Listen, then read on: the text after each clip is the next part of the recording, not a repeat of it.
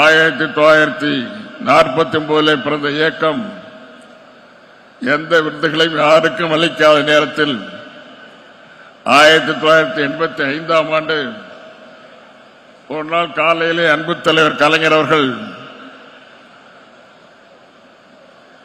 நம்முடைய அலுவலகத்துக்கு வந்தார்கள். அவசர அவசரமாக ஒரு வெள்ளைத்தாளை கொண்டு வா என்றார்கள். வெள்ளைத்தாளை கொடுத்த நேரத்தில் நீ சற்று விலகி நின்று சொன்னார்கள். கொடுத்து விட்டு வெளியிலே வந்து விட்டேன்.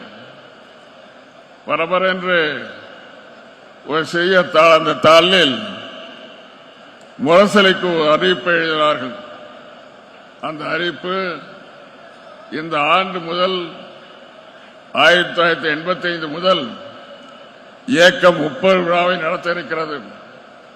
இந்த விழாவில் தந்தை பெரியார் விருது மண்ணின் நாராயணசாமி அவர்களுக்கும் ஆகிய அண்ணாவுடைய விருது பேராசு அவர்களுக்கும் கலைஞர் விருது பொன்னி வல்லவன் அவர்களுக்கும் வழங்கப்பட இருக்கிறது என்ற நல்ல செய்தியை எழுதினார்கள். எழுதி அவரே மடித்தார்கள். மடித்து இந்த கடிதத்தை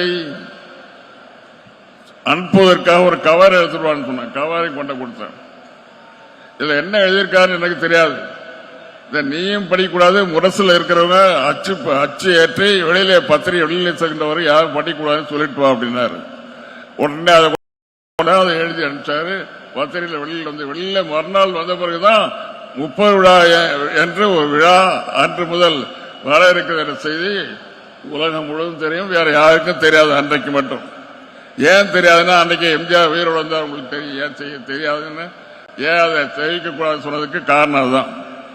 ஏன்னா எதை எடுத்தாலும் தான் முந்திக் கொண்டு நாம் செய்ய இருப்பதை அவர்கள் செய்துவிட்டு தாங்கள் தான் செய்தோம் என்று நல்ல பெயர் எடுத்துக் கொள்வதற்காக அவர் செய்வார்கள் என்ற காரணத்தினால் தலைவர் அதை ஒரு உரையிலே போட்டு முரசிலே கொடுக்க சொன்னார். மறுநாள் பத்திரிகையில் வந்தது. இப்படி 1985 முதல் தொடர்ந்து நம்முடைய இயக்கம் நடத்தி வருகின்ற 30 விழாவில் என்று மிகச்சிறப்பாக நம்முடைய இயக்கத்தோழர்களை 6 பேருக்கு சிறப்பு செய்து இன்றைக்கு அவர்களுக்கு பணமுடிப்பு வழங்கி அவர்களுடைய நல்ல இதயங்களுக்கு மாண்புற செய்கின்ற அந்த மிகப்பெரிய மரியாதையை தந்ததற்காக கழகத்தோழர் சார்பில் நானும் வாழ்த்துக்களை தெரிவித்து, நடக்க இருக்கின்ற பொது தேர்தல் மிக விரைவாக வர இருக்கிறது.